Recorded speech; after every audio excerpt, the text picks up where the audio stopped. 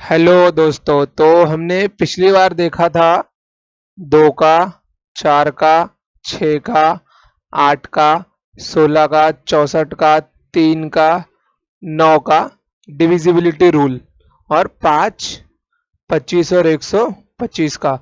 तो ये दोनों तो बिल्कुल सेम टू सेम थे। उनमें जो सबसे इंपॉर्टेंट था वो कौन सा था? तीन और नौ का डिविजिबिलिटी रूल। ओके, तो आज हम लोग कुछ और बातें तीन और नौ के डिविजिबिलिटी रूल के ऊपर करेंगे और कुछ क्वेश्चंस भी सॉल्व करके देखेंगे कि क्या क्वेश्चंस होते हैं।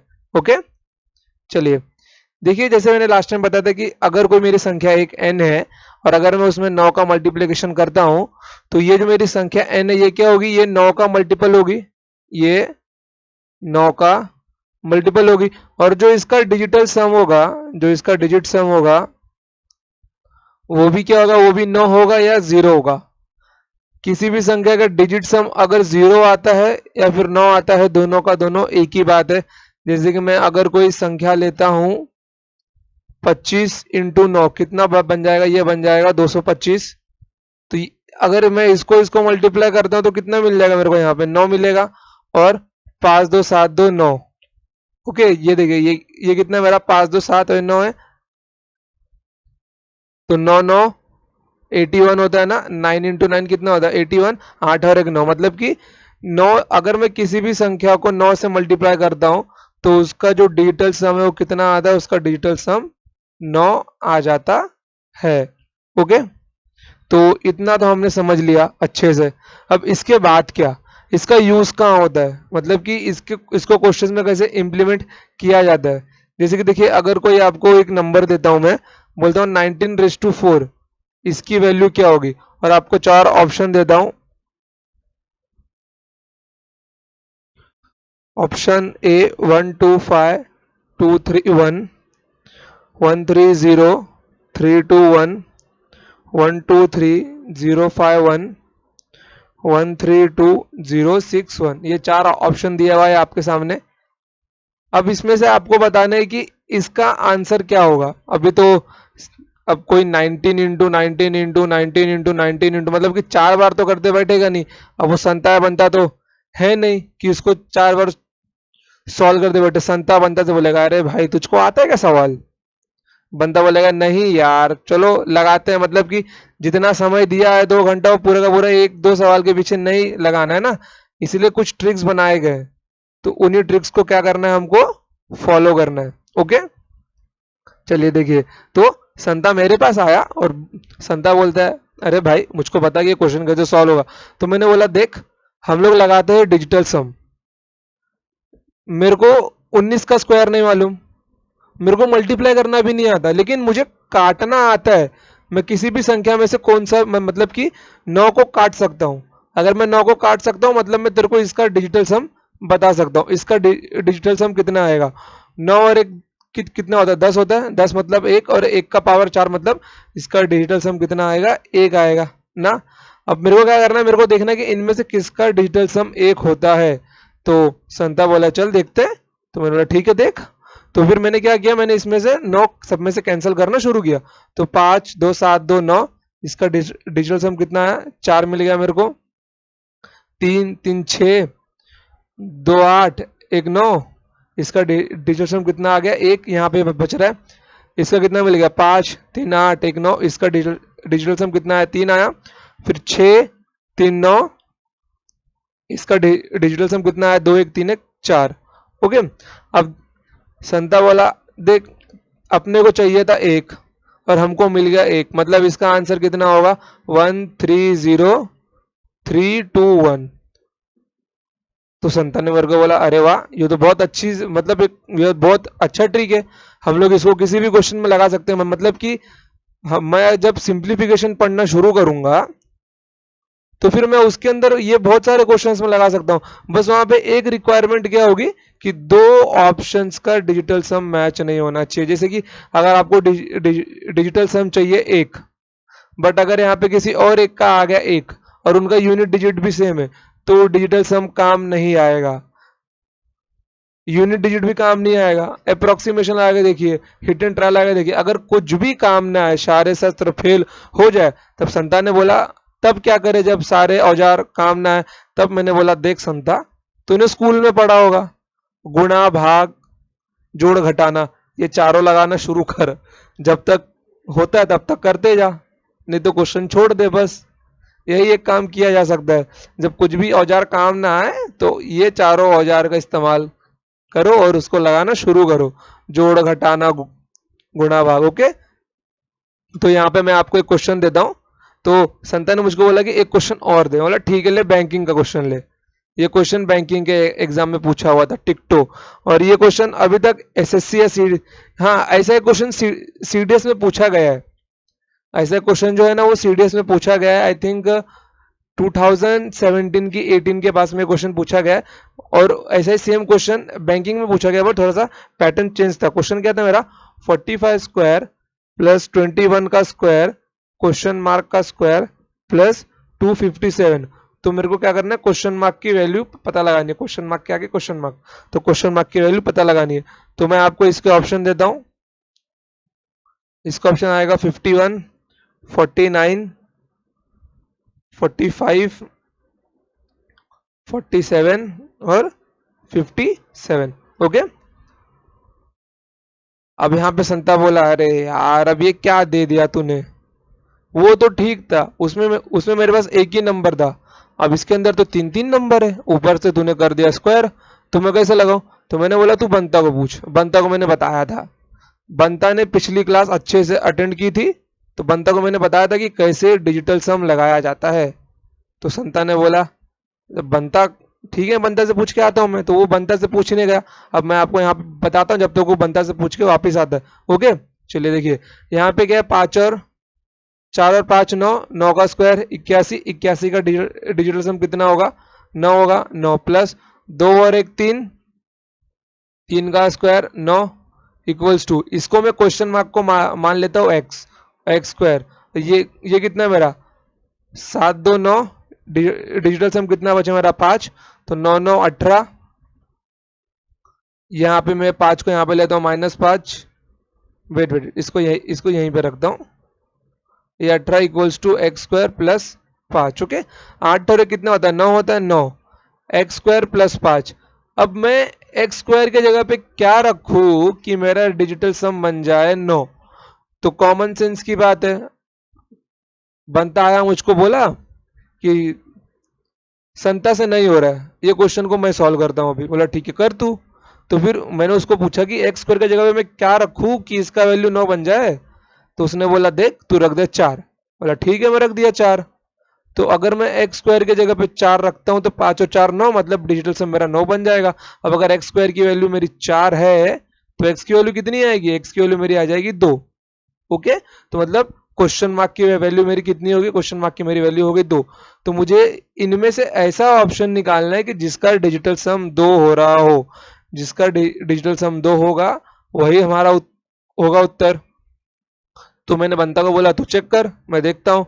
तो बंता ने मुझे बोला देख ये 5 और 1 इसका 6 होगा, इसमें से 9 निकाल दूंगा इसका 4 होगा, इसमें से 5 निकाल दूंगा इसका 9, 7 4 11 इसका 2 और ये 7 5 12 इसका 3। तो उसने बोला कि इसका आंसर होगा 47। तो क्वेश्चन मार्क का वैल्यू कितना होगा, 47 होगा। ओके, अब गलती से 49 मत मार्क कर देना वहां पे। बंता आया मुझको बोला देख देख देख भाई इसका आंसर होगा 49, क्योंकि मेरे को एक्स स्क्वायर का वैल्यू 4 मिल गया। बोला यही तो तूने गलती कर दी यहाँ पर, तुझे नहीं करना था, वो नहीं आएगी तेरे पास अगर ऐसी गलती की तूने। तुझे 4 नहीं लेना है, तुझे लेना था 2, लेकिन तूने ले लिया 4। बड़ा पछताएगा अगर एग्जाम में ऐसी गलतियां की दो। तुझे क्या लेना है, तुझे लेना है 2। वो क्वेश्चन मार्क का स्क्वायर है तो क्वेश्चन मार्क की वैल्यू पूछिए, क्वेश्चन मार्क के स्क्वायर की वैल्यू नहीं पूछी है उसने, क्वेश्चन मार्क की वैल्यू पूछी है। ओके, तो इस प्लेस पे क्या आएगा हमारा, इस प्लेस में मेरा आएगा 2 का मतलब 47 का स्क्वायर प्लस 257, जो इसके बराबर होगा। ओके, चलिए हम लोग ना इसके बाद ना मतलब कि एंडिंग में ना जाते जाते ना इसका एक सीडीएस का क्वेश्चन देखेंगे। देखिए अभी मैं ये जो लेक्चर सीरीज बना रहा हूँ ये सीडीएस के लिए, एसएससी के लिए और अपने जो अदर स्टेट्स के एग्जाम में उसके लिए बहुत हेल्पफुल है। बट अभी जो मतलब कि जब भी कोर्स में चालू कर रहा हूँ तो अभी 1-2 महीने के बाद ही हमारा एसएससी का पेपर है। तुम्हें मतलब कि तब तक को कोर्स खत्म होने वाला नहीं है। हाँ, बट सीडीएस के लिए और उसके बाद जितने पेपर्स आएंगे नेक्स्ट ईयर 2022 में, उनके लिए ये कोर्स बहुत बेनिफिशियल है। ओके, तो इस इसके अंदर चलना चलने कैसे वाला है? तो संता मुझको पूछा कि देख मैं पढ़ रहा हूँ सीडीएस के लिए, और बंता बोला मैं पढ़ रहा हूँ एसएससी के लिए। मैं बोला तो क्या हो गया, तुम दोनों पढ़ सकते हो इससे। तो मैंने बोला देख, अभी जैसे हमारा कोर्स खत्म होगा तो इसके अंदर मैं तो एसएससी के सारे सवाल लूंगा इस कोर्स के अंदर। ओके, अब रही बात सीडीएस की, सीडीएस का जो लेवल है वो एसएससी से थोड़ा ऊपर है। सीडीएस का जो लेवल है वो एसएससी से थोड़ा ऊपर है। तो मैं सीडीएस का क्या करूंगा, सीडीएस का प्लान क्या है मेरा, मैंने संध्या को बोला कि मैं सीडीएस के सारे क्वेश्चंस एक साथ सिखाऊंगा। एक बार हम लोग सारे कंसेप्ट पढ़ लेंगे। जब हम लोग सारे कंसेप्ट पढ़ लेंगे तो हम लोग एसएससी के सारे सवाल तो सॉल्व कर ही रहे हैं ना, मतलब कि एसएससी के सारे सवाल सॉल्व कर रहे हैं। इनको सॉल्व करने के बाद एक साथ हम लोग क्या करेंगे, नंबर सिस्टम का सीडीएस का क्वेश्चन सॉल्व करेंगे सारा का सारा। अप्रोक्स कुछ 160 के आसपास क्वेश्चन रहेंगे। नंबर सिस्टम के 4 से 5 पार्ट में हम लोग पूरे क्वेश्चंस खत्म कर डालेंगे एकदम अच्छे के साथ। तो संता बोला ये भी ठीक है, मुझे तो सिर्फ पढ़ना है, मैं चाहे सीधे से क्वेश्चन अब भी पढ़ूं या बाद में पढ़ूं, तू बस मुझे कंसेप्ट बता दे अच्छे से। अगर कंसेप्ट बता दिया तो क्वेश्चन में खुद से भी सॉल्व कर सकता हूँ। बोला ये भी ठीक है, तू पढ़ ले कंसेप्ट। ओके, तो हमने यहां तक देख लिया, ये क्वेश्चन बैंकिंग का पूछा हुआ था। ओके, अब चलते हैं हम लोग आगे। ओके, अब एक दिन संता मेरे पास आया। संता बोला तूने मुझे बता तो दिया था कि डिजिटल सम सबका 9 होता है, बट मैं तब क्या करूं अगर मेरा डिजिटल सम नेगेटिव आ गया, तब मैं क्या करूं जब मेरा आंसर नेगेटिव आ गया। उसने बोला जो तूने मुझे पिछले सवाल में बताया था 9 equals to x square plus 5, अब तूने बोला था कि 0 और 9 दोनों बराबर होते हैं। मैंने एक ट्राई मार के देखा, मैंने इसकी जगह पर रखा 0 और एक्स स्क्वायर प्लस 5। ओके, तो मैंने देखा एक्स स्क्वायर की वैल्यू मुझे मिल गई -5, मैं इसको यहाँ पे लेके गया। तो उसने बोला अब मैं क्या करूं, यहाँ पे गलती तो मैंने की भी नहीं है, सब बराबर किया। तूने मुझे बोला था कि 0 और 9 बराबर होते हैं डिजिटल सम में। बोला हाँ, तो ये तो तू तो बिल्कुल ठीक बोल रहा है। तो बोला अब तू बता कि ये नेगेटिव आया तो मैं यहाँ पे क्या करूं। मैंने उसको बोला देख संता, जब कभी भी संता के साथ में आप सब भी लिखिए नोटबुक के ऊपर, जब कभी भी मेरा डिजिटल सम नेगेटिव आ जाए, मेरा डिजिटल सम नेगेटिव आ जाए तो मुझे मुझे नहीं तुम्हें, मैं तो जोड़ूंगा ही, तो तुम्हें उसमें 9 ऐड कर देना है, 9 ऐड कर देना है। ओके, तो संता ने बोला ठीक है मैं करता हूँ ऐड। तो उसने -5 में 9 जोड़ दिया, तो कितना बन गया, 4 बन गया। बोला अरे वाह, ये तो वही उत्तर मिलेगा जो पिछली बार मिला था। संता बोला मैं हो गया खुश, मेरे 2 नंबर पक्के। मैं बोला जा मुन्ना जी ले अपनी जिंदगी, जी सकता है ना तो जा। तो संता गया वहां से, लेकिन बंता रुका हुआ था। बंता बोला नहीं मुझे और क्लास करनी है, मुझे देखना है कि आगे क्या क्या सीखने को मिलता है। बोला ठीक है बैठ फिर तू देख। तो बंता ने बोला कि जैसे हम लोग नॉर्मली भाग देते हैं, अगर मैं 67 को 9 से भाग देता हूं, ओके, तो उसने बोला कि मैं अगर 9/72 करता हूं तो मुझे रिमाइंडर मिल जाएगा -5। ओके, तो फिर मुझको बंता ने बोला मैं अगर ऐसा करता हूं तो क्या हुआ। मैं बोला संता चला गया लेकिन तुझे छोड़ गया, जो संता करता था वही काम तू भी कर रहा है। मैं बोला ये भी सही है, ये गलत नहीं है, ये उसका नेगेटिव रिमाइंडर है, ये उसका क्या है, निगेटिव रिमाइंडर है। अभी मैंने बंता को बोला कि अभी टेंशन ना ले तू, अभी जैसे जैसे लेक्चर बढ़ेंगे आगे, क्लासेस बढ़ेंगे आगे, तो मैं तुझे बताऊंगा नेगेटिव रिमाइंडर होता क्या है।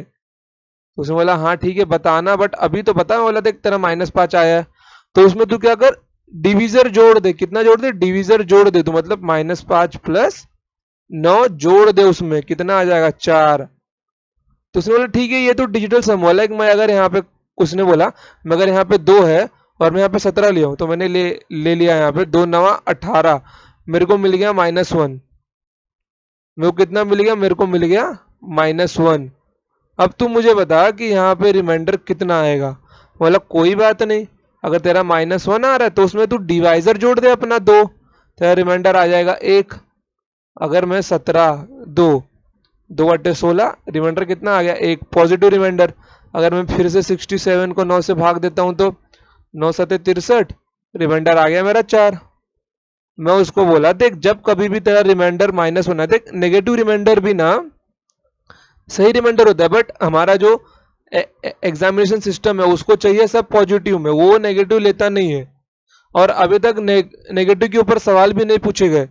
आने वाले टाइम में शायद से अगर एग्जाम टफ करना हो तो आपको बोल सकते हैं कि अगर नंबर n को इस संख्या से डिवाइड किया गया 8 से और उसका रिमाइंडर इतना आ रहा है -1 -2 -4 -5, तो बच्चे वहां पे कंफ्यूज होंगे। तो नेगेटिव रिमाइंडर का कंसेप्ट जिसको पता होगा वो इस क्वेश्चन को टिक मार के निकल जाएगा कि नेगेटिव रिमाइंडर भी एक रिमाइंडर ही होता है। बट क्या होता है, हमारे यहाँ पे पॉजिटिव एक्सेप्टेड है, इसलिए हम लोग उसको पॉजिटिव में कन्वर्ट कर दे। तो पॉजिटिव में कन्वर्ट करने के लिए क्या करना है? डिवाइजर को ऐड कर देना। और जब कभी भी डिजिटल सम में नेगेटिव आ जाए तो नेगेटिव में क्या करना है? 9 ऐड कर देना है, बस यही काम करना है। डिजिटल सम अगर कभी नेगेटिव आए तो उसके अंदर क्या जोड़ना है? उसके अंदर 9 जोड़ देना है तुझको। तो बंता बोला ठीक है, ये भी ठीक है, मैं ये भी कर दूंगा एग्जाम में। बोला कोई बात नहीं, चलो फिर बढ़ते हैं आगे। तो मेरे को अरे बंता बोला ये नहीं पढ़ना है अभी, और तू पढ़ा कुछ और। तो बोला ठीक है सुन। तो मैंने उसको बोला देख, अभी हमने क्या पढ़ लिया? हमने मल्टीप्लिकेशन का देख लिया, एडिशन का देख लिया, सब्ट्रैक्शन का देख लिया, अब डिवीजन का क्या करना है? बोला तो रुक मैं बताता हूँ तुझको डिवीजन में क्या करना है। मैं बोला देख, डिवीजन में जब कभी तुझे पूछा जाए, क्या पूछा जाए? डिवीजन में, चल तेरे को मैं क्वेश्चन से समझाता हूँ। बोला ठीक है समझा। तो मैंने क्वेश्चन लिया 226596 डिवाइडेड बाय 23, इसका आंसर कितना आएगा? मैंने उसे ऑप्शन दिया 9752 9852 8652 9542। ओके, तो तब तक संता ही वापिस आ गया। अब संता बोला मुझे ही सिखा नया टॉपिक। मैं बोला देख, तू बार बार आएगा बार बार जाएगा तो क्लास में तू बैठेगा तो लेकिन कुछ सीख नहीं पाएगा, तुझे यहाँ पे टिकना पड़ेगा। तो संता बोला ठीक है, अब मैं कहीं नहीं जाऊंगा जब तक ये क्लास खत्म नहीं होती। ओके, तो मैंने बोला देख, अब मैं नया टॉपिक शुरू किया हूँ डिवीजन का, डिवीजन में मुझे पता लगाना है। ओके, तो मैंने उसको बोला तो एक काम कर, सबसे पहले इसमें से ना इसका डिजिटल सम निकाल ले, इसका डिजिटल सम कितना होगा। तो बोला देख, 9 तो निकाल लिया, 5 2 7 2 9, 6 6 12 12 1 3, नीचे कितने? 3 2 5। ओके, अब ये मेरा 5 आ गया। अब मैं बोला देख, अब 3/5, अब तू उसको भाग भी दे सकता है। मेरा जो 1/5 होता है वो होता है 0.2। अब मैं जब 0.2 को 3 से मल्टीप्लाई करूंगा तो मिल जाएगा 0.6। अब मैंने क्या बताया, डिजिटल सम पॉइंट पॉइंट में भी लगता है, तो पॉइंट को लेना नहीं है, क्या आ जाएगा 6। इसका डिजिटल सम कितना आ गया? 6 आया।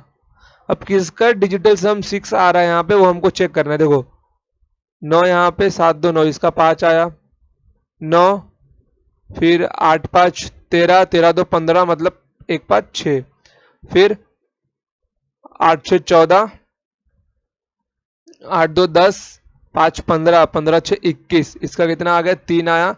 तो 9 यहाँ से, 5 4 9, इसका 2 आ गया। तो उसने बोला, तो संता देख के बोला अरे रुक रुक रुक रुक, इसका आंसर आ रहा है ये 9852, यही तो इसका आंसर होगा 9852। बोला सही बोला तूने एकदम, यही इसका बिल्कुल आंसर होगा 9852। तो बंता ने मुझे बोला कि थोड़ा सिंपल बता, मुझे इतना जो लंबा ट्रिक है वो नहीं करना। बोला तो देख, अगर तुझे लंबा ट्रिक नहीं करना है, अरे अगर तुझे नहीं करना है तो तू एक काम कर, तू ना इसके डिनोमिनेटर को 1 बना दे। अगर तू इसके डिनोमिनेटर को 1 बना देगा तो तेरे को सिर्फ ऊपर वाली संख्या लेनी पड़ेगी। तो मैं बोला तू क्या कर, डिनोमिनेटर को 1 बना दे। 1 बनाने के लिए तू 2 से भाग कर और 2 से मल्टीप्लाई कर। तो 3 3 दूना 6 बटा 10, 10 मतलब 1, मतलब 6 डिजिटल सम तुम्हारा आ गया। तो मैंने बोला देख संता बंता को तो समझ गया, अब बचा तू। तो तू एक काम कर, तू एक रूल लिख के ले। जब कभी भी डिवीजन आए, जब कभी भी क्या हो डिवीजन आए, तब अपने न्यूमरेटर को मतलब अंश को, न्यूमरेटर को 1 बनाने का ट्राई करो। 1 बनाने का ट्राई करो। 1 बनाने का ट्राई करो कि वो 1 बन रहा है कि नहीं। तो 1 वो किन किन केसेस में बनता है। अगर वो 1/2 है तो तुम उसमें 2 मल्टीप्लाई कर सकते हो। तो तुम उसमें 2 मल्टीप्लाई कर सक नहीं, 2 नहीं, तो तुम उसमें 5 गुणा और 5 को भाग कर सकते हो। तो कितना बन जाएगा ये 5/10 मतलब 5। तो सेम वही अब मैं यहाँ पे डायरेक्ट लिखता हूँ। संता बोला लिख दे। बोला देख अगर 1/2 है तो उसका डिजिटल सम कितना बन जाएगा, उसका डिजिटल सम बन जाएगा 5/1। अगर 1/5 है तो उसका डिजिटल सम कितना बन जाएगा 2/1। कितना बन जाएगा 2/1। अगर 1/4 है तो नीचे मुझको 10 बनाना है, तो मैं 7 से मल्टीप्लाई करता हूँ, तो 7 चौक 28, 8 2 10, तो कितना बन जाएगा 7/1। और अगर 7/1 है तो डिजिटल सम बन जाएगा, वेट वेट वेट वेट, 7/1 नहीं, 1/7 है तो डिजिटल सम बन जाएगा 4/1। ओके। अगर मेरा 1/8 है तो डिजिटल सम कितना बन जाएगा मेरा, डिजिटल सम कितना बन जाएगा 8×8 = 64। तो डिजिटल सम बन जाएगा मेरा 8/1। अभी देखो ये कहाँ पे काम नहीं आता है डिजिटल सम। अगर मेरा ये स्पेशल केसेस है, यहाँ पे डिजिटल सम काम नहीं आता। अगर मेरा बन जाए 1/3, 1/6 या फिर 1/9। ओके। अगर इन तीनों में से कुछ भी बने तब वहां पे मेरा डिजिटल सम काम नहीं आएगा। समझ गए, वहां पे ये काम नहीं आएगा, तब आपको वही जोड़ घटाना गुणा भाग अपने औजार निकालने पड़ेंगे। मैं क्यों बोल रहा हूं देखो, अगर मैं 225 को 45 से भाग देता तो मेरा डिजिटल सम कितना आता है, मेरा आंसर आता है 5, मतलब कि 45×5 = 225। ओके। बट अगर मैं इसको डिजिटल सम से सॉल्व करना चाहूँ तो क्या कर सकता हूँ। 225 मतलब 5 2 7 2 9, 9/9 कितना आ रहा है 1 आ रहा है, बट मेरे को मिल कितना आ रहा है 5 मिल रहा है ना। इसीलिए डिजिटल सम यहाँ पे काम नहीं करता, क्योंकि ये दोनों सेम नहीं है। क्योंकि नीचे 3 6 और 9 ये केसेस आपको याद रखने से खोल के भी जाओ। जब भी डिनोमिनेटर में 1 3 6 मतलब कि 3 6 9 बने, कितना बने 3 6 9 बने, तो वहां पे डिजिटल सम मेरा अप्लाई नहीं होता, काम नहीं आता डिजिटल। अगर आपके डिनोमिनेटर में 63 भी आ गया, मतलब कि ये कितना बन रहा है 9 बन रहा है। 72 आ गया मतलब कितना बन रहा है 9 बन रहा है ना। तो बस वहां पे डिजिटल सम आपका काम नहीं आने वाला। क्या होगा डिजिटल सम काम नहीं आएगा। तो आपको क्या करना होगा, नॉर्मली कैलकुलेशन करना होगा। ओके। तो संता बोला मुझे समझ गया। बोला ठीक है, तो फिर मुझे एक सवाल करके दिखाओ तुम लोग, संता और बनता तुम दोनों। तो बोला ठीक है, लो सवाल लिखो। 4462 divided by 97 plus 34 × 43 minus 96 plus 69, इसका आंसर कितना होगा। उसने बोला ऑप्शंस तो दे। बोला ठीक है रुक, तुझे ऑप्शंस देता हूं मैं। बोला ठीक है लिख ऑप्शन, लिख क्या होगा। ऑप्शन होगा मेरा 1276, 1481, 1361, 1376, 1631। तो संता बोला मैं पहले करूंगा, बनता बोला मैं पहले करूंगा। बोला देखो तुम दोनों से पहले करेंगे ये बच्चे जो लोग ये वीडियो देख रहे हैं। ओके, क्योंकि वो लोग डेली बेसिस पे आते हैं। तो बनता बोला ठीक है लगा ले चैलेंज। ठीक है लगा लो। तो संता बोला ठीक है, अब मैं सॉल्व करना शुरू करता हूँ। ओके, चलो देखो, अगर मैं इसको सॉल्व करता हूँ तो ये 97 है, मतलब 9 निकल जाएगा, 7 डिवाइडेड बाय 6 4 10, 4 2 8, 6 4 10, 4 2 6, मतलब 16 इसका डिजिटल सम बन रहा है, 16 मतलब 7, तो 7 डिवाइड बाय 7, तो मैं यहाँ पे क्या लिख सकता हूँ, मैं यहाँ पे लिख सकता हूँ 7 डिवाइड बाय 7 प्लस 4 3 7, 4 3 7, 7 7 49, 49 मतलब 9 तो निकल जाएगा, कितना बचेगा 4, माइनस 9 यहाँ से जाएगा, 9 यहाँ से जाएगा, तो -6 प्लस 6, तो ये 6 से 6 कैंसिल, ये कितना आ गया, ये आ गया 1, तो 1 प्लस 4 मतलब 5।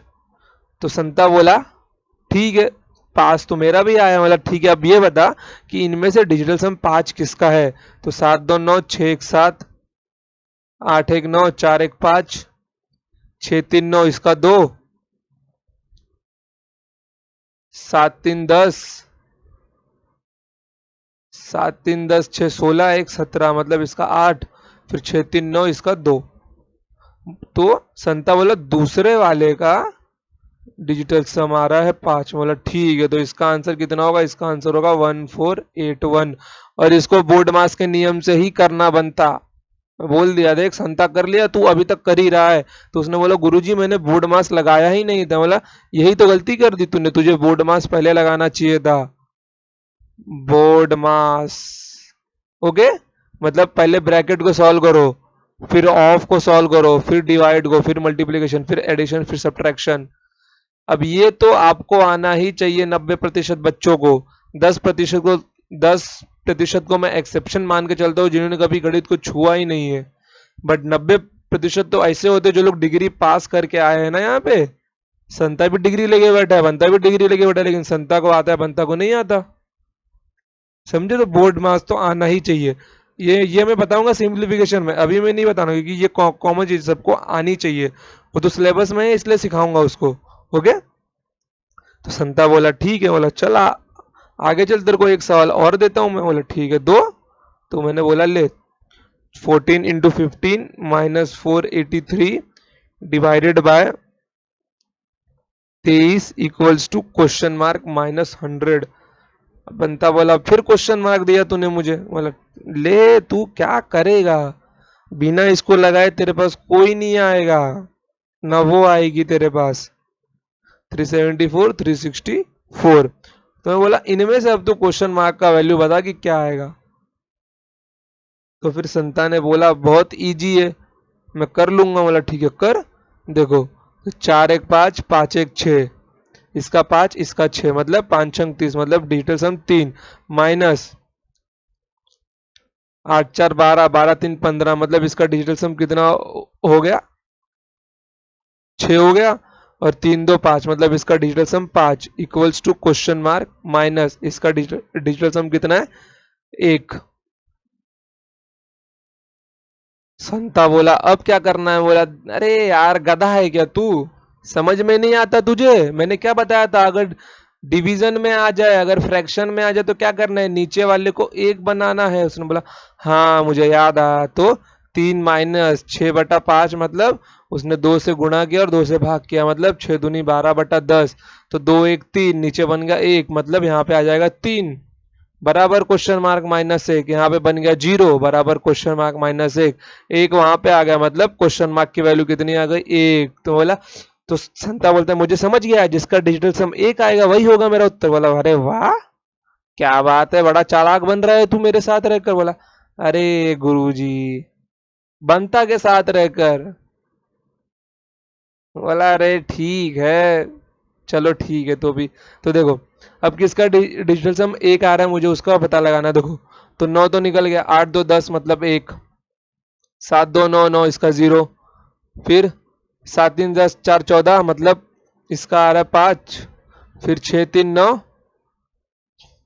इसका आ रहा है 4।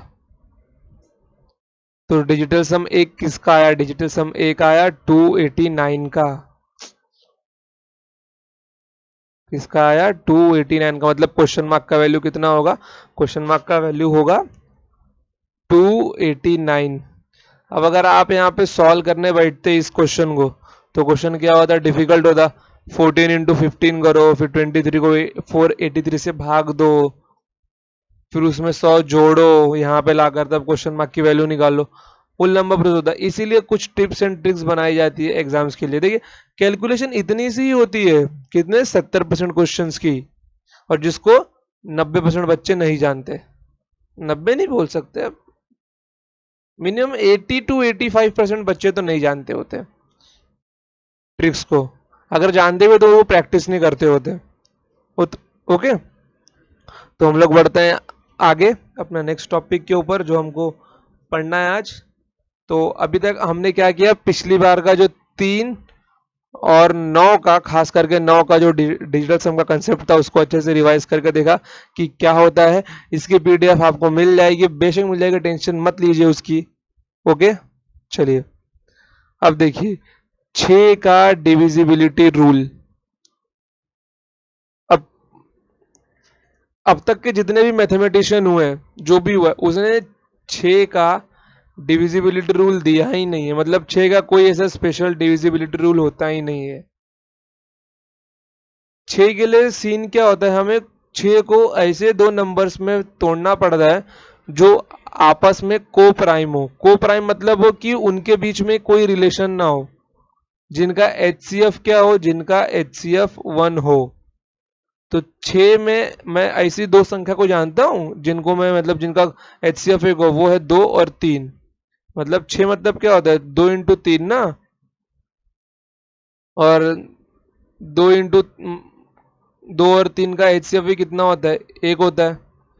मतलब कि अगर मेरी कोई संख्या 2 से भी भाग जाएगी और 3 से भी भाग जाएगी, तो वो बेशक 6 से भाग जाएगी। इसी के प्रकार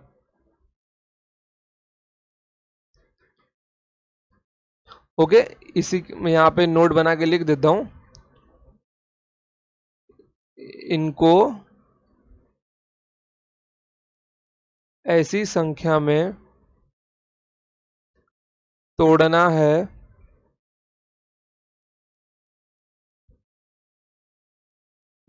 जिनका एचसीएफ 1 हो और उनके बीच कोई कॉमन फैक्टर ना हो, उनके बीच कोई कॉमन फैक्टर ना हो। ओके, तो ये नोट बना के अपने नोट्स में लिख लो तुम लोग। ओके, तो बढ़ते हैं आगे। 6 मतलब क्या होता है, मतलब कि जो 2 से ही भाग जाएगा, 3 से ही भाग जाएगा, वो जाहिर सी बात है 6 से ही भाग जाएगा। ओके, अभी क्या मैंने 12 का डिविजिबिलिटी रूल सिखाया है? नहीं ना, क्योंकि इसका रूल रूल ही नहीं होता। 12 मतलब क्या होता है मेरा, 4 इंटू 3, और 4 और 3 आपस में को प्राइम है, कुछ कॉमन नहीं है इनके बीच। को प्राइम मतलब क्या होता है, वो प्राइम नंबर्स नहीं होता। को प्राइम मतलब होता है कि दो ऐसी संख्या जिनके बीच आपस में कुछ कॉमन नहीं है। ओके, 3 और 4 में कॉमन क्या, मतलब ना 3 4 को कैंसिल कर सकता है, ना 4 3 को कैंसिल कर सकता है। इन दोनों संख्या में कॉमन कुछ भी नहीं है।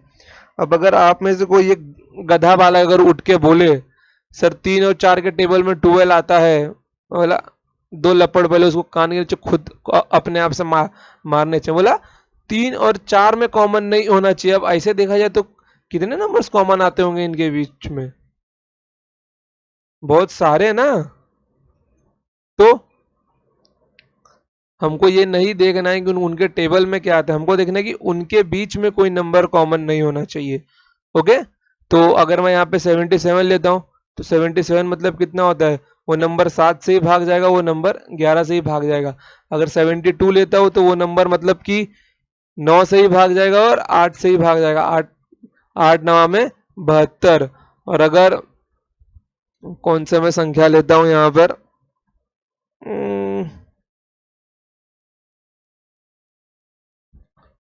अगर मैं यहाँ पर 20 लेता हूँ, तो 20 मतलब क्या होगा, 20 मतलब होगा यहाँ पे 5 और 4।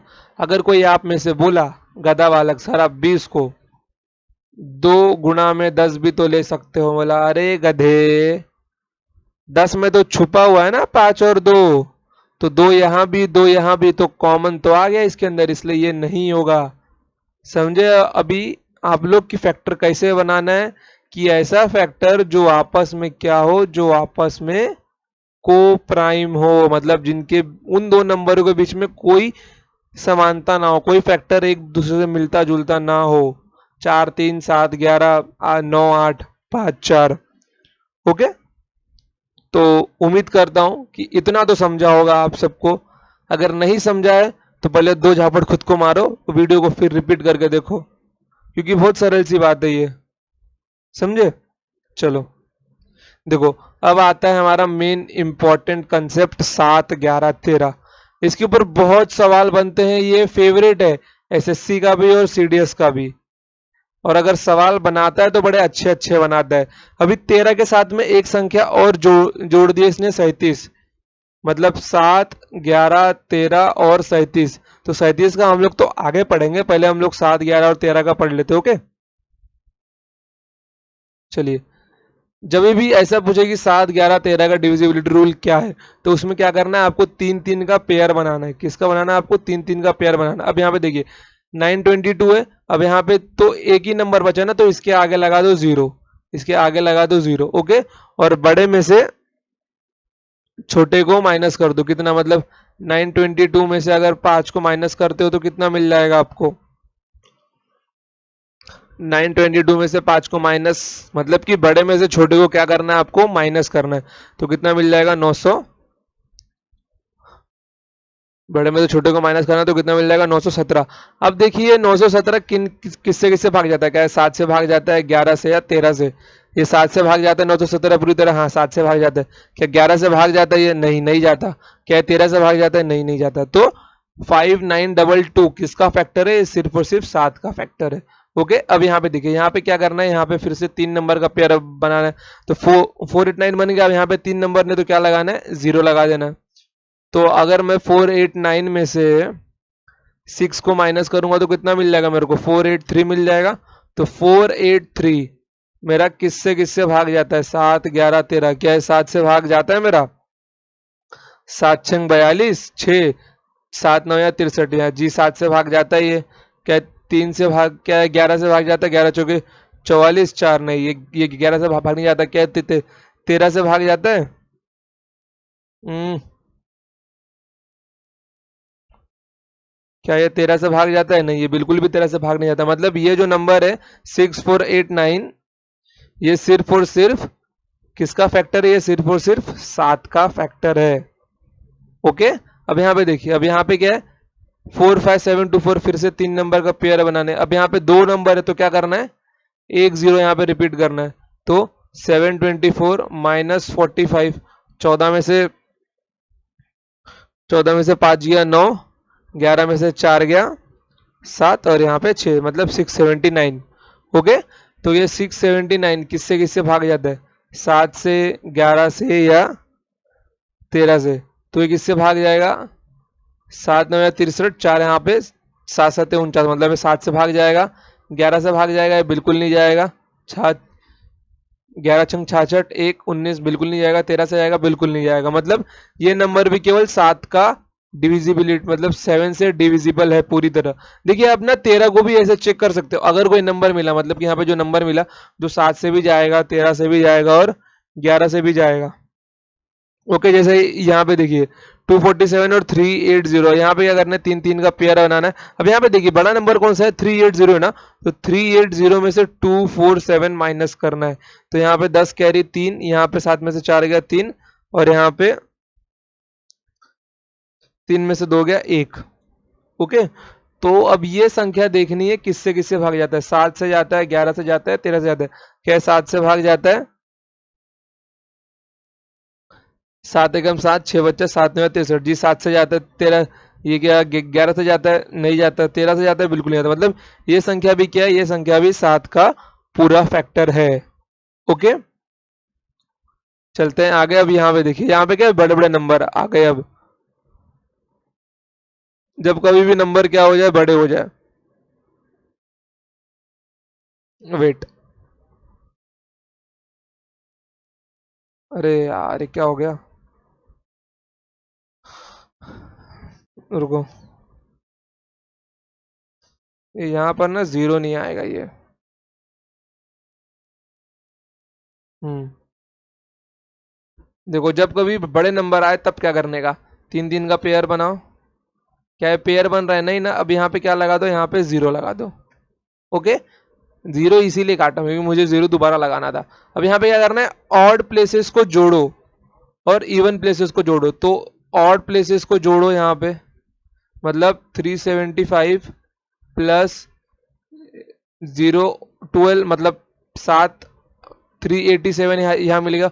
और ऑड प्लेस मतलब बड़े में से छोटे को माइनस करो, मतलब 478 में से 387 को माइनस कर दो। 7 में से 8 में से 7 गया एक, और 47 में से 38 गया। 47 मतलब 38, 39, 40, 7 3 10 मतलब 101। ओके,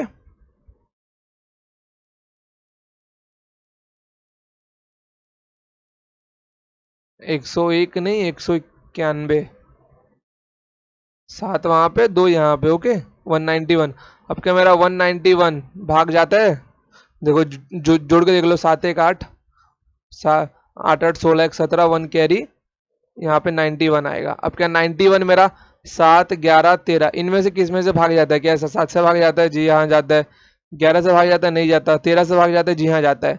ओके, अब अगर कोई पूछे कि ये क्या 13 का डिविजिबल है, अगर कोई क्वेश्चन आपको आ जाए कि 1 2 4 7 8 3 7 5, ओके, क्या ये 13 से डिविजिबल होता है या नहीं होता है? अगर 13 से डिविजिबल है, मतलब कि ये संख्या किससे डिविजिबल है। अगर आपको रिमाइंडर भी पूछा जाता है तो रिमाइंडर थ्योरम में आपको बताऊं क्या करना है। नहीं तो आप यहाँ पे ना, अगर यहाँ पे जैसे कि यहाँ पे अगर 92 आता और आपको 13 से भाग करना पड़ता ना, मतलब कि आपको बोल दिया कि ये इसको मैंने 13 से डिवाइड किया है, तो मेरे को रिमाइंडर बताओ ना। तो सिंपली कुछ नहीं करना है, तीन तीन का पेयर बनाना है यहाँ पे जीरो लगा के, प्लस मतलब ऑड प्लेसेस को जोड़ने पे और इवन प्लेसेस के साथ में प्लस माइनस जो डिफरेंस आएगा वो पता करने पर जो नंबर आएगा, मैं मान के चलता हूँ अगर 92 आया और मैं बोलता हूँ रिमाइंडर कितना आएगा, तो इसका रिमाइंडर कितना आएगा, एक आएगा। 13 7 91, रिमाइंडर कितना बच गया, एक बच गया। अब अगर ये 91 होता है यहाँ पे, तो रिमाइंडर कितना आता, रिमाइंडर मेरा आता जीरो ना। समझ गए इसमें रिमाइंडर कैसे निकालना है, वो हमने पिछले लेक्चर्स में देखा हुआ है। तो ये ऐसे जाएगा। ओके, तो ये दो क्वेश्चंस आपके लिए होमवर्क, ज्यादा कुछ नहीं करना है, तीन तीन का पेयर बनाना है। यहाँ पे एक 6 बच रहा है तो 2 जीरो लगा देना है। क्या करना है, ऑड को जोड़ना है और इवन को जोड़ के देखना है। तो हम लोग इसको एक जोड़ लेते हैं, मतलब 382 प्लस 654 मतलब 6 8 5 13 कैरी 1 1036। अब ये कितना है मेरा, 409। 409 प्लस 6 कितना होता है, 9 6 15 मतलब 415। तो मैं 415 को इसमें से क्या कर दूंगा, माइनस कर दूंगा। तो 6 में से 5 गया एक, 3 में से 1 गया 2, और 10 में से 4 गया 6 मतलब 621। अब क्या मेरा जो 621 है वो किससे भाग जाता है, 7 11 और 13 में से किससे भाग जाता है, ये पता करना पड़ेगा। क्या है, 7 से भाग जाता है मेरा, 7 7 49, 7 8 56। 56 में से 7 यहाँ पे मेरा बचा, 7 से नहीं जाता, 11 से जाता है। 11 5 55, 55 का 5 7, इससे भी नहीं जाता। 13 से भी नहीं आता। मतलब ये जो नंबर है ये किसी से भी भाग नहीं जाता, ना ही 7 से जाता है, ना ही 11 से, और ना ही 13 से। ये नंबर किसी से भी भाग नहीं जाता। सेम उसी तरह इसका देखना है, क्या करना है, तीन तीन का पेयर अब बनाना है। यहाँ पे 2 अकेला पड़ गया तो जीरो लगा देना उसके आगे। ओके, तो ऑड को जोड़ना है और इवन को जोड़ना है, और दोनों का डिफरेंस देखो यहाँ पे। अगर मैं आपको बोलूं कि 2 मतलब कि 5 में से 2 को सब्ट्रैक्ट करो, ये 3 आता है, ये होता है मेरा सब्ट्रैक्शन। ये मेरा क्या होता है, ये मेरा होता है सब्ट्रैक्शन। और जब भी बात डिफरेंस की होगी, मतलब 5 और 2 के बीच में कितना डिफरेंस है, वहां पे पॉजिटिव नेगेटिव बिल्कुल भी नहीं आता। समझे? सेम उसी प्रकार यहाँ पे इवन प्लेसेस और ऑड प्लेसेस को जोड़ने के बाद हमको क्या देखना है, हमको डिफरेंस देखना है। माइनस माइनस नहीं करना है, मतलब कि बड़े नंबर से छोटे नंबर के बीच में कितना डिफरेंस है, हमको बस वही देखना है यहाँ पे। कि इसको जोड़ने के बाद मतलब कि 375, 387 और 478 में कितना डिफरेंस है? 91 का डिफरेंस है ना, बस वही मुझे देखना है यहाँ पे। तो डिफरेंस मतलब क्या होता है? उन दोनों के बीच का गैप कितना है, वो प्लस है माइनस है वो नहीं देखना है मेरे को, प्रॉपर सब्ट्रैक्शन नहीं करना है इसके अंदर। जब भी मैं पेयर बनाऊंगा मैं सिर्फ उनके बीच का डिफरेंस देखूंगा। डिफरेंस मतलब उनके बीच का जा आगे,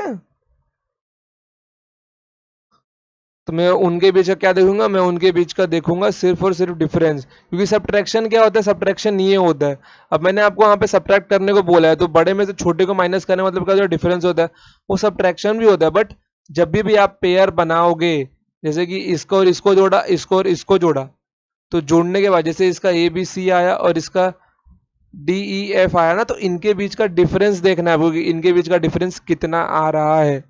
ओके, डिफरेंस मतलब ये होता है उनके बीच का गैप, बस वही देखना है आपको। ओके, तो बढ़ते हैं आगे।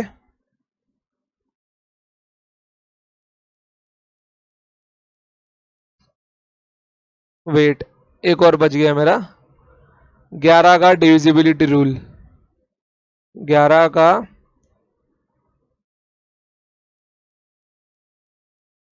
Divisibility rule. ओके, चलो, अब संता बंता ने बहुत क्लास कर ली, अब सेकंड शिफ्ट में आते हैं नोबिता और डोरेमोन। नोबिता, डोरेमोन को तो पढ़ने की जरूरत नहीं है, बचा नोबिता, उसको तो पढ़ने की बहुत जरूरत है। अब 11 का डिविजिबिलिटी रूल कैसे काम करता है? जैसे मैंने एक नंबर लिया 166452, तो इसमें क्या करना है, इसको ना सॉल्व करने के दो मेथड होते हैं, मतलब वो मैं उन दोनों मेथड से बताता हूँ। 166452 और 166452। अब यहाँ पे देखिए, पहला मेथड,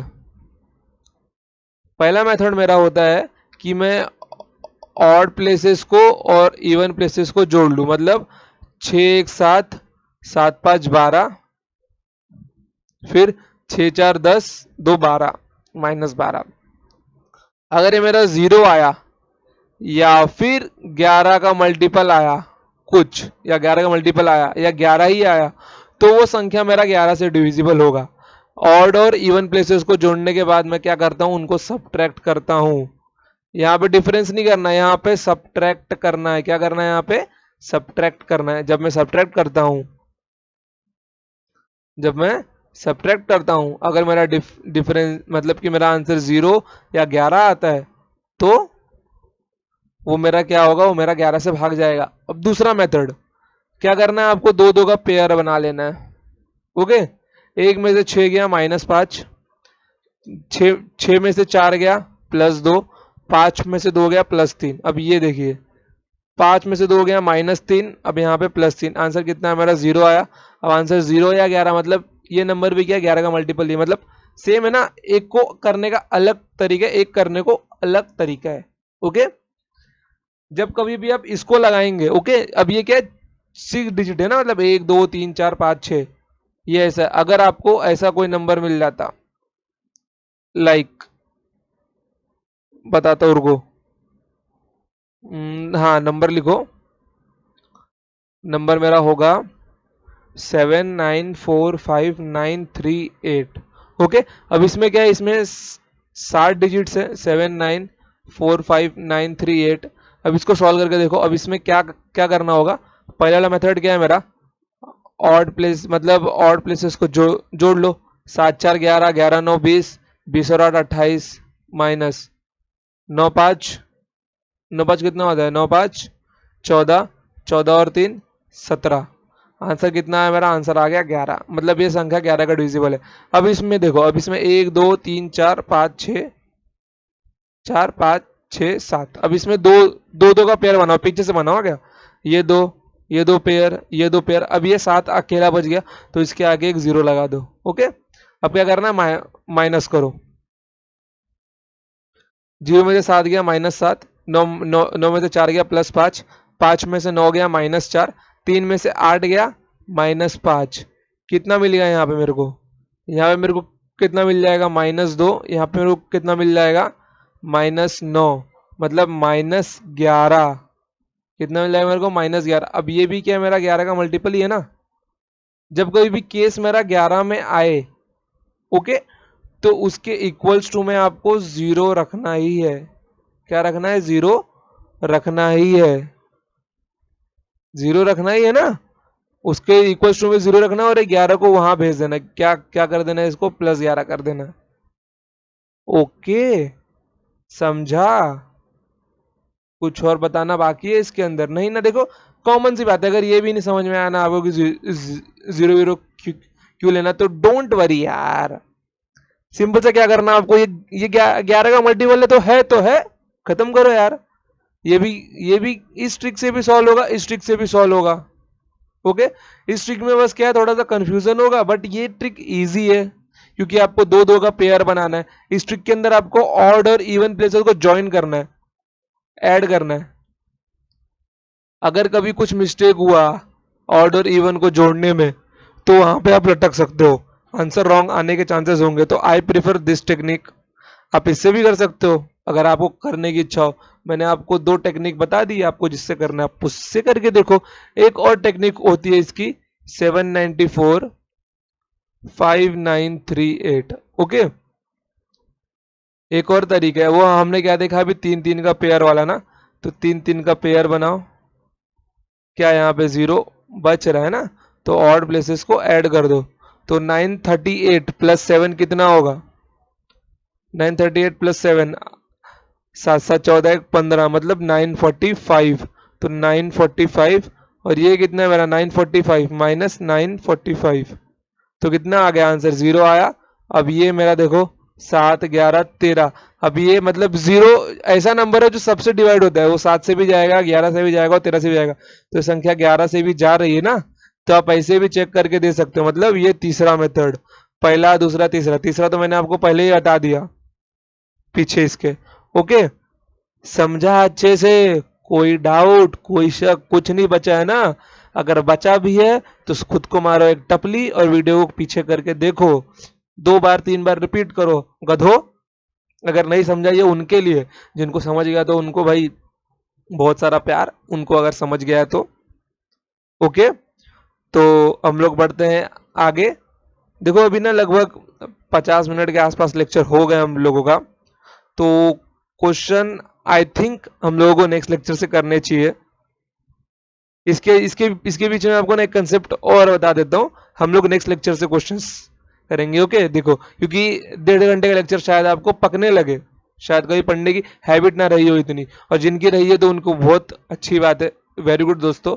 देखो 7 11 और 13 जो होता है उसका मल्टीप्लीकेशन होता है 1001।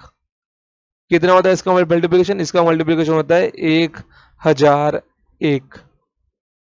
ओके, अब अगर कोई संख्या मैंने बोली A B C, A B C, चलो ए बी सी नहीं लेता हूं, मैंने ले लिया कोई संख्या 432।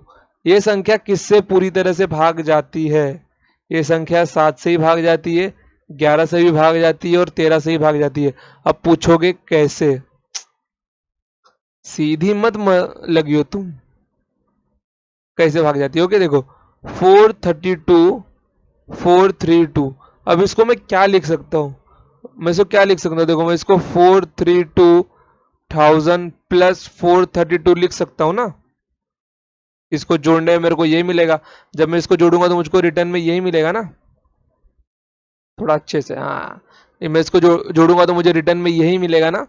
तो अब मैंने क्या किया, मैंने इसमें से 432 कॉमन निकाल लिया, तो अंदर बच गया 1000 और यहाँ पे बच गया 1, मतलब 432 इंटू 1001। और 1001 मेरा किससे किससे भाग जाता है? क्योंकि 7 11 इंटू 13 को मल्टीप्लाई करने पे 1001 आता है। इसको घोल के पी जाओ, अपने दिमाग में छाप लो इसको। ओके, तो ये मेरा 7 से 11 से और 13 से भाग जाता है। जब ये 7 11 13 से भाग जाता है तो पूरी संख्या 7 11 13 से भाग जाएगी। समझे? जब कोई भी 3 नंबर का रिपीटेशन करके ऐसी संख्या बनाई जाए, ऐसी संख्या बनाई जाए, तो वो मेरा क्या होता है? वो मेरा 7 11 13 से भाग जाता है। ओके, चलो, तो ये आपको समझ गया। क्वेश्चंस हम लोग करेंगे अगले टाइम। आज जितना ही मैंने बताया ना उसको कंसेप्ट अच्छे से आप पढ़ के आना, समझ के आना। ओके, चलिए अब देखिए, अब कुछ बटे कुछ 2-4 मिनट ना आपस में बातें कर लेते हैं, मोटिवेशन की बातें। देखिए अब मैथ्स एक ऐसा सब्जेक्ट है कि जिसको आप जितनी प्रैक्टिस दोगे वो उतनी अच्छी होगी। मतलब कि जिसके साथ जितना समय बिताओगे ना, अब देखो बताता हूँ, जैसे कि संत्या है यहाँ पे। संता मुझे बोला यार मेरी एक गर्लफ्रेंड है, लेकिन आज मेरा उसके साथ में ब्रेकअप हो गया। ओके, मैंने पूछा संता तेरी गर्लफ्रेंड का नाम क्या था? बोलते मेरी गर्लफ्रेंड का नाम था मैथ्स। बोला अरे वाह, तूने मैथ्स के साथ में ब्रेकअप कर लिया? बोलता है हाँ। बोला क्यों ब्रेकअप हुआ? बोलता मुझे समय नहीं दे पा रहा था मैं उससे। मुझे कोशिश करता लेकिन मैं उसके साथ में बोर हो जा रहा था। वो बोरिंग थी। बोला वो बोरिंग नहीं थी, तुझे तू उससे समझना ही नहीं चाहता था, वो बहुत इंटरेस्टिंग थी। मतलब कि वो बहुत इंटरेस्टिंग थी वो। तो मैंने संता को बोला तू एक काम कर, तू उसके पास फिर से जा, रिलेशन बनाने की कोशिश कर, देखो मान जाएगी। अब मैथ्स ऐसी गर्लफ्रेंड है जिसके साथ में आप रिलेशन बनाने की कोशिश तो करो, वो मान जाएगी। दूसरे धोखा दे या ना दे, ये धोखा कभी नहीं देगी आपको। दूसरों का भरोसा नहीं, लेकिन मैथ्स का भरोसा है, ये कभी धोखा नहीं देगी अगर रिलेशन अच्छे से बना है। तो संता मैथ्स के पास गया, बोला सुन देख, मैं तुझे पहले समय नहीं दे दे पाता था, बट अब मैं तुझे समय दूंगा।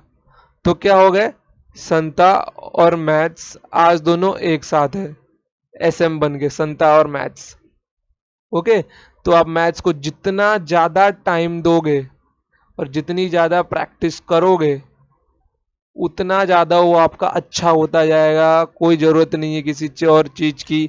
और जो मैं आपको पढ़ा दे रहा हूं ना, आपको तब तक कोई बुक सॉल्व करने की कोई जरूरत नहीं है, क्योंकि जब आप नोट्स बनाने बैठोगे ये खुद आपकी एक बुक बन जाएगी। आप नोट्स बनाना शुरू तो करो आपके, मतलब कि अभी तो देखो आज आई थिंक कुछ 9वां क्लास है हम लोगों का, 9th क्लास है आपका। ओके, अभी ये लगभग जाएगी 200 तक, लगभग 200 तक जाएगी ये। जब लगभग ये 200 क्लास तक पूरी होगी ना, तब देखना आपके पास कितनी नोट्स तैयार हो गई है। जबकि मोटी मोटी ग्रंथ आपकी नोट्स की तैयार हो जाएगी। ओके, तो वही बोल रहा हूं मैं कि सिर्फ पढ़ो पढ़ो पढ़ो, पढ़ाई से भागो मत, पढ़ाई से प्यार करो। जब आप किसी चीज को इंटरेस्ट बना के लोग, मतलब कि इंटरेस्ट लेके पढ़ोगे ना, तो वो चीज अपने आप आपके दिमाग में घुस जाएगी। जैसे अभी एक गेम था हमारा पबजी, जो कि अभी बैन है इंडिया में। पबजी में भी आपका इंटरेस्ट आया, आपने दिनों रात खेला उसको, रगड़ दिया खेल खेल के पबजी को। समझे, पबजी को खेल खेल के रगड़ दिया आपने। बट अभी वही अगर मैं आपको बोल दूं कि मैथ्स पढ़ना है, तो किसी का इंटरेस्ट होगा किसी का नहीं होगा। तो यहाँ पे इंटरेस्ट डेवलप करना पड़ता है, चाहे वो आपका मैथ्स हो, रीजनिंग हो, हिस्ट्री हो, जीके हो, कोई भी सब्जेक्ट हो। इंटरेस्ट बहुत जरूरी है वहां पे। अगर इंटरेस्ट है तो वो चीज आपकी है। बिना इंटरेस्ट के किसी चीज को पढ़ने में मजा ही नहीं है। अगर आप सीडीएस की तैयारी कर रहे हो, सीडीएस के लिए पढ़ रहे हो, अगर आप इसको जॉब समझ के पढ़ोगे तो ये एग्जाम कभी नहीं निकलेगा आपका। आर्मी की तैयारी मतलब सीधा सीधा देश की सेवा होती है गाइस। और देश की सेवा को अगर जॉब समझ के करते हो तो आप अपना 100% नहीं दे पाओगे वहां पे।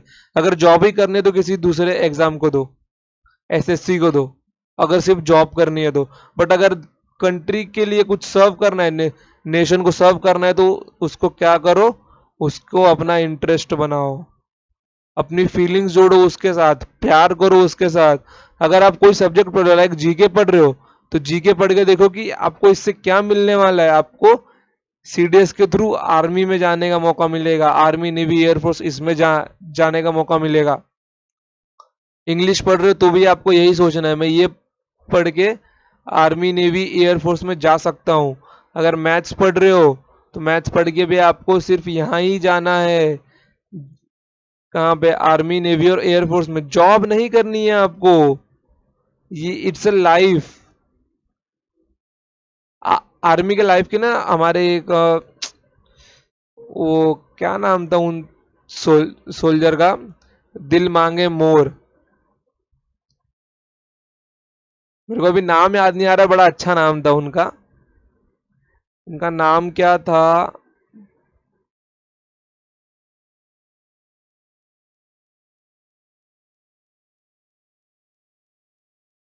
हाँ, उनका नाम याद आ गया, उनका नाम था कैप्टन विक्रम बत्रा, विक्रम बत्रा जी। उनका डायलॉग क्या था? दिल मांगे मोर, दिल मांगे मोर। मतलब कि वो बोलते थे कि आर्मी मतलब एक लाइफ बाय चॉइस है, it's a life by choice. यहाँ पे आपको चॉइस करने को मिलता है, इस लाइफ को आप चूज कर सकते हो कि हाँ मुझे आर्मी में जाना है, देश की सेवा करनी है। अगर आप इसको जॉब समझते रहोगे तो इसकी तैयारी अभी छोड़ दो, मैं बोलता हूँ सीरियसली, क्योंकि आप मैथ्स हर एग्जाम के लिए पढ़ सकते हो यहाँ से, बट अगर आप आर्मी के लिए प्रिपेयर कर रहे हो स्पेशली फॉर सीडीएस, अगर आप उसके लिए इसको जॉब समझ रहे हो तो तैयारी छोड़ दो सीडीएस की। सीरियसली बोल रहा हूँ, क्योंकि इसके अंदर ना देश को सेवा करने वाला तो वैसी मेंटेलिटी चाहिए। अब देखिए ना, एक मेरिट लिस्ट निकला था अभी, तो टोटल ना कितनी 300 की वैकेंसी थी, आर्मी नेवी एयरफोर्स तीनों में मिला के 300 की वैकेंसी थी, जो अभी 2021 का मेरिट लिस्ट आया। तो उसके अंदर आर्मी में केवल लिए गए कितने लोग, मे बी 55 के अराउंड, इसमें 5 के अराउंड, और इसमें केवल 25, मतलब इसमें 30, सॉरी इसमें 50 लिए गए, इसमें 30 और ये 50, मतलब टोटल 80 लोग लिए गए और 220 को निकाल दिया गया।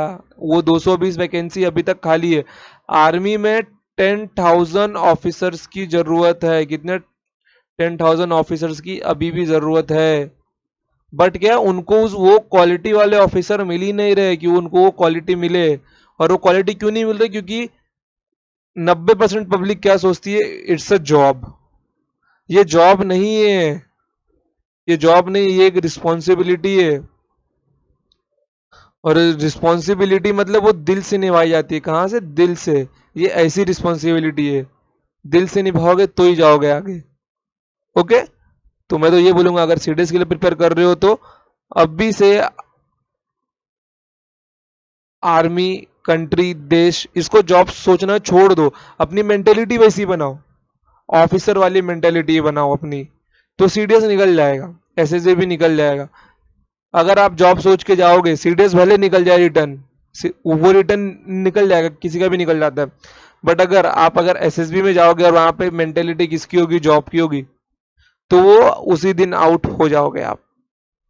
ओके, बट अगर नेशन की मतलब कि नेशन को समझ के जाओगे कि हाँ मुझे अपने नेशन को सर्व करने का मौका मिलेगा आर्मी में ज्वाइन होने के बाद, तो एसएसबी क्लियर होने के चांसेस बढ़ जाते हैं। बाकी तो आपकी काबिलियत के ऊपर है। ओके, तो मैं वही बोलूंगा, तैयारी करते रहो, अच्छे से करते रहो, और बहुत सारा प्रैक्टिस करो, सिर्फ और सिर्फ प्रैक्टिस। और दिन में ना कम से कम 30 मिनट्स की एक्सरसाइज भी करो यार, एक्सरसाइज भी करते रहो। अगर एक्सरसाइज चालू रखोगे तो पढ़ने में ध्यान लगेगा। अगर सिर्फ सुबह उठ रहे हो, बुक खोल रहे हो, पढ़ रहे हो, रात को बुक बंद कर रहे हो, सो रहे हो, कुछ मतलब नहीं है ऐसी जिंदगी का। समझे? क्या करना है? सुबह उठ के 30 मिनट एक्सरसाइज करना है, 45 मिनट्स का मेडिटेशन करना है, तब पढ़ने के लिए बैठना है। तब दिमाग ना आपका बहुत तेज चलेगा। ओके, चलो, तो आज के लिए इतना ही। अब मिलते हैं हम लोग अपने नेक्स्ट लेक्चर में, जहाँ पे हम लोग इसके ऊपर क्वेश्चंस को सॉल्व करके देखेंगे। तब तक के लिए जय हिंद, जय भारत।